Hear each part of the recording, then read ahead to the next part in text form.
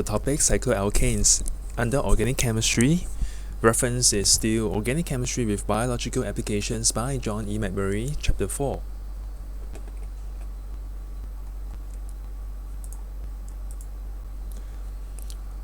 Alright, first we analyze what are the differences between cycloalkanes versus the open chain alkanes, as we have discussed in our first lecture.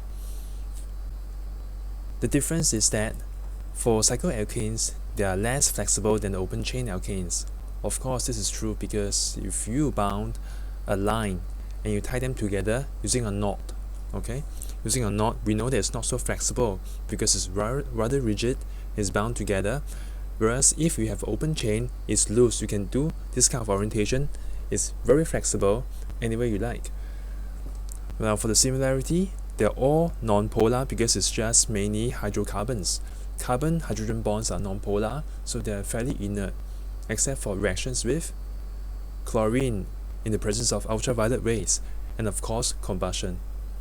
For cycloalkanes, there's no rotation about the CC bonds because it's all restricted in the ring form. But for open alkanes, you could have rotation because it's unrestricted. And for cycloalkanes, you have something called the cis-trans isomerism. Now take note that this word cis and trans is rather specific. We are not trying to be pedantic here, but you have to know this. Cis and trans specifically mean that the two groups that you are talking about must be the same.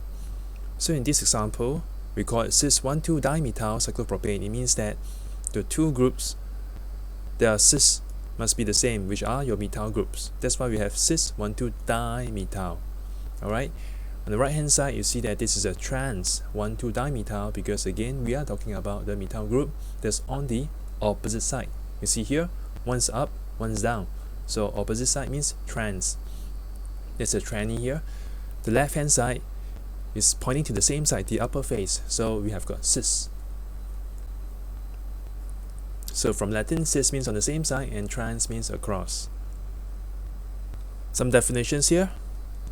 Constitutional isomers. They are defined as the isomers that have the atoms connected in a different order. So for instance, you know this name well because we went through this in class. This is called 2-methyl-propane. And the right hand side is called butane. They have the same molecular formula but different structures, different connectivity.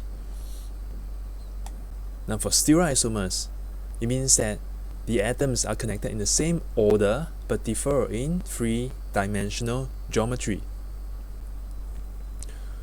Right? So like this, your cis isomer and the trans isomer, you know that no matter how we turn the molecule, they are non-superimposable onto each other. That means they can't be mapped across to the other guy. Like, our right hand and left hand, it is impossible. No matter how you turn it and reflect, it's different. So these are stereoisomers. Next example. Here you see that it is a trans 1-bromo-3 ethyl cyclopentane. Now people ask, the one in blue, they are side chains, bromine group and the ethyl group. They are different. You don't say, but why do we put trans here? Because you see, if you do not count the Br, but the H that's attached to the same carbon, you see here, isn't that the same thing? The H's are trans. So it's what that means. Take note that, right, cis-trans, I got to emphasize to you again, it refers to two identical atoms or groups. So here you see, the bonds in bold, we call them wedges, like potato wedges. They're all pointing towards you. This means it's coming to you because you see, imagine you have a flat plane. This is like a Cyclo Butane. So your bonds here, but we know that this carbon here is sp3 hybridized. So all the bond angles are supposed to be 109.5. That means you have a 3D structure. The bond here points towards you, the other one points to the back. So the one that points towards you, do you see here that you see more of the bond? That's why they put some shadows, shades, make it bolder, more courageous, and this means that the bond is going towards you, to the front. So these two are going to the same plane. That's why it is cis. For this case, it is trans because for the same reasons I mentioned just now on the top here. Yeah, this is the line structure. Okay, try to know how to draw this well. For cycloalkanes, we experience some form of angle strain, and it's coming from bias theory. We learned that since these carbons are sp3 hybridized, so it's supposed to obtain an angle of 109.5, right, for the orbital overlap with the surrounding neighboring atoms. But because of the ring strain here, the restrictions of the formation of this cyclic structure, for cyclopropane, it has to adopt 60 degrees using your mathematical geometry. Triangle, total angle is 180, and we assume it to be all carbon, so it's an equilateral triangle. You divide by 3, you get 60. So you see we have a huge deviation from 109.5, 49 degrees difference. So huge. Next, Cyclo Butane is 90, difference of 19. It is not negligible. Cyclopentane, slightly better, difference of 1. Cyclohexane, difference of 11. Okay, now here we assume that they're all flat or planar. That means using math, geometry, and calculate. But of course, in reality, these may not be planar, and they are not indeed. They are puckered. Okay, they are puckered. So this is the result from this scientist's experiment. It's only partially correct because we assume that all these cyclic alkanes are flat, planar, like this. So this is the picture that shows his result. Now there are 3 kinds of strains that's experienced in cycloalkanes. Number 1, angle strain.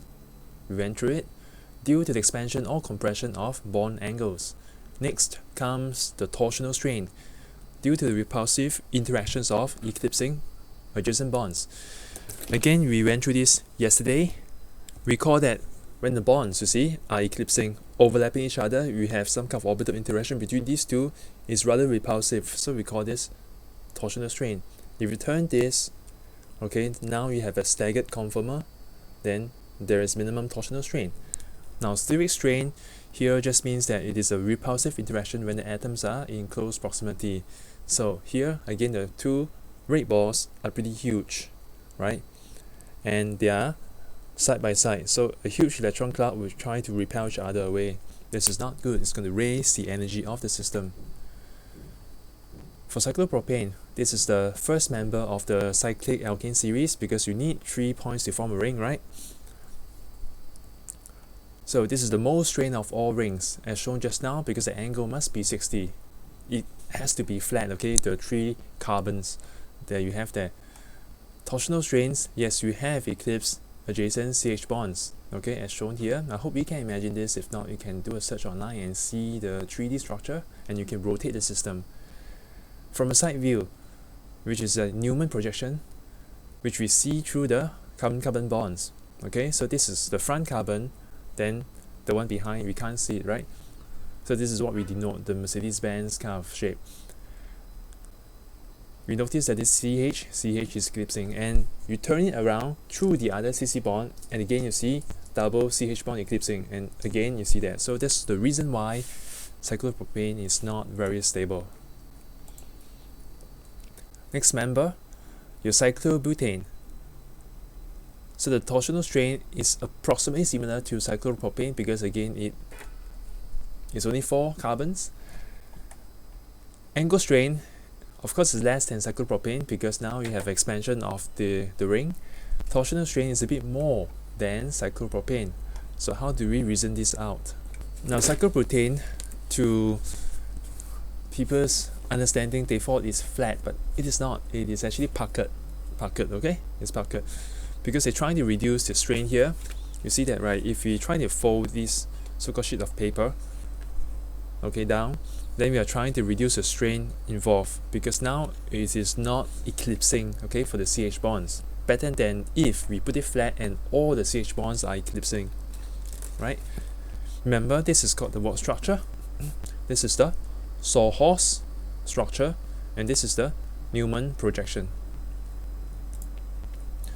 Next member number 3, cyclopentane.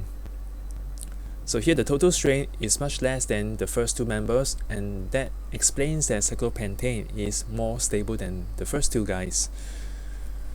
And if, okay, it is planar, then the angle strain is minimum. but you have more torsional strain. So in reality, cyclopentane is actually pocket. Again, it's bent, it's not planar. Alright? Not easy to draw this, but you should practice more, then you get much more hands-on experience. Build your confidence.